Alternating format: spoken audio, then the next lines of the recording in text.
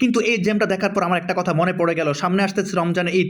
আর এখন অর্থনৈতিকভাবে যেভাবে তেলের সংকট পড়তেছে, যদি তেল যদি বাংলাদেশে পর্যাপ্ত পরিমাণ না থাকে, তাহলে এই পরিবহনগুলো কিভাবে চলবে একমাত্র আল্লাহ পাকেই ভালো জানে। এই যে আমার সামনে যে দুইতলা বিল্ডিং বাড়ি দেখতেছেন, এটাই হচ্ছে আমার সেই কাঙ্ক্ষিত ইটালি প্রবাসী ভাইয়ের গ্রামের বাড়ি। তো এখন ভাই এখন গাড়ি থেকে নেমে যাচ্ছে। তো এখন ভাইয়ের যে মালামালগুলো ছিল এখন নিজ দায়িত্বে নামিয়ে দিচ্ছি। তো সবশেষে একটা কথাই বলবো, মহান আল্লাহ তাআলার কাছে লাখো কোটি শুকরিয়া, সে ঢাকা এয়ারপোর্ট থেকে ইটালি প্রবাসী ভাইকে পৌঁছে দিয়েছে তার গ্রামের বাড়ি। আর আপনি আসার আগে আমাকে ভাই 20,000 টাকা পাঠাইছিল গত 4 দিন আগে। তো ভাই নেন, আপনার এই 20,000 টাকা নেন, দেখেন ঠিক আছে কিনা। বিসমিল্লাহির রহমানির রহিম। আসসালামু আলাইকুম, সবাই কেমন আছেন? আশা করতেছি আপনারা সকলে ভালো আছেন। আলহামদুলিল্লাহ, নতুন আরেকটা ভিডিও নিয়ে হাজির হয়ে গেলাম আমি আমজাদ আপনাদের মধ্যে। আশা করতেছি ভিডিওটার সাথে থাকবেন, সম্পূর্ণ দেখবেন। তো ইতিমধ্যে দেখতে পারতেছেন আমি প্রবেশ করতেছি ঢাকা হযরত শাহজালাল আন্তর্জাতিক বিমানবন্দরে। তো আজকে আমার ইটালি প্রবাসী ভাই আসছে, উনি অলরেডি ল্যান্ড করে এখন 2 নম্বর টার্মিনালে দাঁড়িয়ে আমাকে ফোন করে বললাম, আমজাদ ভাই 2 নম্বর টার্মিনালে দাঁড়িয়ে আছে, আপনি কোথায় চলে আসেন? ভাইকে বললাম ভাই একটুখানি ওয়েট করেন, জাস্ট আমি এয়ারপোর্টের সামনে আছি, একটু জ্যাম সিরিয়ালের মধ্যে আছি, এটা পার করে আমি 2 নম্বর টার্মিনালের ভিতরে চলে আসতেছি। তো যেই কথা সেই কাজ, অনেক কষ্ট মষ্ট করে 2 নম্বর টার্মিনালের ভিতরে প্রবেশ করে প্রবাসী ভাইকে খুঁজতে পেলাম। অনেকক্ষণ খুঁজতে খুঁজতে পেয়ে গেলাম আমার সেই কাঙ্ক্ষিত প্রবাসী ভাইকে। ভাই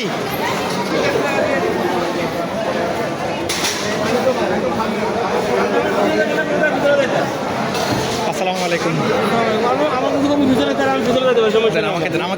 ইতিমধ্যে আপনারা যাকে দেখতে পেয়েছেন, উনি সে আজকের কাঙ্ক্ষিত আমার ইটালি প্রবাসী ভাই। ভাইয়ের সাথে আমার আগে থেকে কোনো পরিচয় নেই, জাস্ট ভিডিওর মাধ্যমে বিগত 15 দিন আগে ভাইয়ের সাথে আমার মেসেঞ্জারের মাধ্যমে যোগাযোগ হয়। এক পর্যায়ে ফাইনাল হয়ে যাওয়ার পর 15 দিন পর ভাই বাংলাদেশে আসে। তো ভাইয়ের যে মালামালগুলো ছিল দেখতে পারতেছেন, এক এক করে খুব তাড়াহুড়া করে নিজ দায়িত্বে এখন সেটিং করে ফেলতেছিলাম। তো ভাইকে বলতেছি, ভাই আপনি তাড়াতাড়ি করে গাড়ির সামনে উঠে যান, আর এয়ারপোর্টের ভিতরে এত পরিমাণ গ্যাদারিং তা বলার বাহিরে।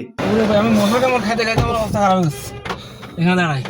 তো আমি তো বলছি, আমি আপনার দেখলে চিনবো, আপনি আমার না চিনলেও। আমি তো এখানে দাঁড়া রয়েছি, চিনলে দাঁড়া রয়েছি এখানে। আমি তো আপনার চিনবো, আপনি আমার না চিনলেও। আমি তো আপনার এগুলো দেখি। তো কি অবস্থা, আপনার ভালো আছেন? আলহামদুলিল্লাহ। আজকে কত বছর পরে আসলেন? না, আমি তো প্রতি বছরে আসি। আমি গেছি তো আপনার এপ্রিলে, এপ্রিলে গেছি, আর এখানে আবার আসলাম। না সরি, ভুল করতেছি আমি। হ্যাঁ, এপ্রিলের 7 তারিখে গেছি। আপনার সবাই জানো তো না, বাড়ির সবাই? হ্যাঁ, সবাই জানি। আমি আমার ফোন দিচ্ছি, আমার ওয়াইফের ফোন দিচ্ছি। অবশ্যই প্রিয় প্রবাসী ভাইকে গাড়িতে উঠিয়ে আল্লাহর নাম নিয়ে এখন রওনা হয়ে গেলাম সেই প্রবাসী ভাইয়ের গ্রামের বাড়ির উদ্দেশ্যে। তো আল্লাহ যদি সহিষ্ণুতার মধ্যে পৌঁছায় আর কি প্রবাসী ভাইয়ের গ্রামের বাড়ি। আলহামদুলিল্লাহ, ইতিমধ্যে আমার সেই কাঙ্ক্ষিত ইটালি প্রবাসী ভাইকে রিসিভ করে ফেললাম। তো এখন রওনা হয়ে গেলাম প্রিয় প্রবাসী ভাইয়ের গ্রামের বাড়ির উদ্দেশ্যে। তো আজকে আমাদের গন্তব্য হচ্ছে ফেনীর উদ্দেশ্যে। তো অবশ্যই ভিডিওটার সাথে থাকবেন, সম্পূর্ণ দেখবেন, যাতে প্রিয় প্রবাসী ভাইকে নামিয়ে দিতে পারি তার গ্রামের বাড়িতে। অবশেষে ঢাকা শহর পার হয়ে চলে আসলাম ঢাকা চট্টগ্রাম মহাসড়ক। এই মুহূর্তে আমি মুভ করতেছি মেঘনা সেতুর উপর দিয়ে। হাতের ডান দিকে দেখতে পারতেছেন বিশাল আকারের জ্যাম, এত পরিমাণ জ্যাম তা বলার বাইরে, সবগুলো ঢাকামুখী।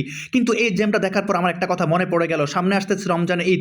আর এখন অর্থনৈতিকভাবে যেভাবে তেলের সংকট পড়তেছে, যদি তেল যদি বাংলাদেশে পর্যাপ্ত পরিমাণ না থাকে, তাহলে এই পরিবহনগুলো কিভাবে চলবে একমাত্র আল্লাহ পাকেই ভালো জানে।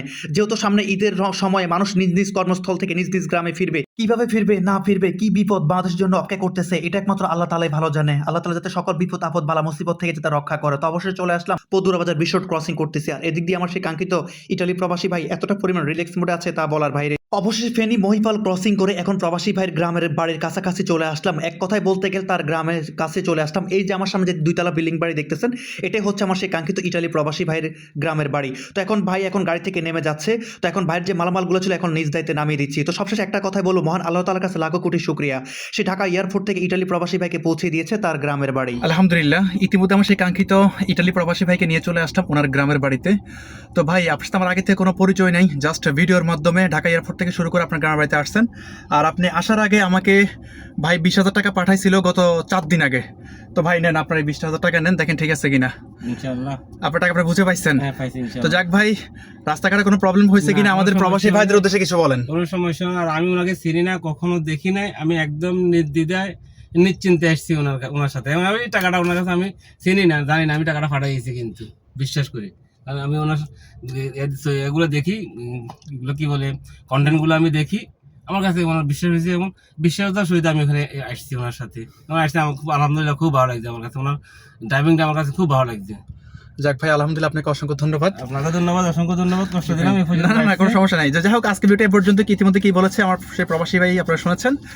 তো যদি ভিডিও ভালো লাগে অবশ্যই শেয়ার করে দিবেন আর পেজটি ফলো করে দিবেন, যাতে সবার আগে ভিডিওগুলো পোস্ট হয় আপনাদের কাছে। যারা ইউটিউব থেকে দেখছেন অবশ্যই আমার ইউটিউব চ্যানেল লিঙ্কটা প্রতিটা ভিডিওর কমেন্টে দেওয়া থাকে, অবশ্যই লিঙ্কটা ক্লিক করে চ্যানেলটি সাবস্ক্রাইব করে দিবেন। সকলে ভালো থাকবেন, আসসালামু আলাইকুম।